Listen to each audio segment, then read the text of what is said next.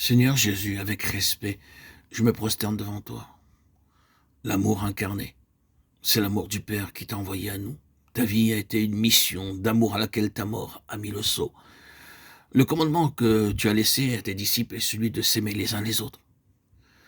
Ta prière devant le trône de Dieu est que tes disciples soient un entre eux comme tu es un avec le Père. Jean 17, 11, 22.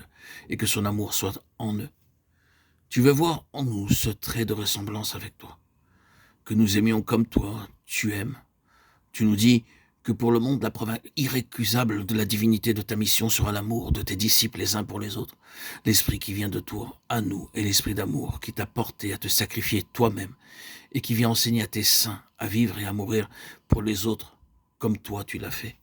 Seigneur Jésus, vois ton Église, vois chacun de nos cœurs et partout où tu découvriras qu'il n'y a pas d'amour semblable à ton amour, daigne aussi toi franchir tes saints de tout ce qu'il y aurait encore en eux d'égoïsme et d'inimitié. Apprends-leur à placer sur la croix ce moi qui ne peut pas aimer et à le laisser là subir la peine qu'il mérite. Enseigne-nous à croire que nous pouvons aimer parce que le Saint-Esprit nous a été donné.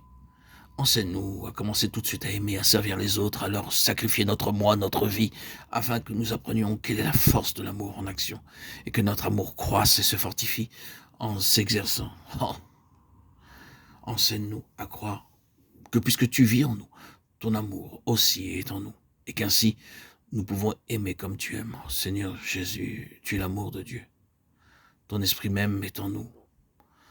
Oh, qu'il pénètre partout, qu'il remplisse toute notre vie de ton amour. Amen. Alléluia. Quand l'Esprit apporte quelques nouvelles grâces aux croyants, il le fait en incitant à user aussitôt de cette grâce. L'Esprit de Dieu nous apporte l'amour de Dieu, nous donne la force d'aimer qu'autant que nous nous mettons à user pratiquement de cet amour.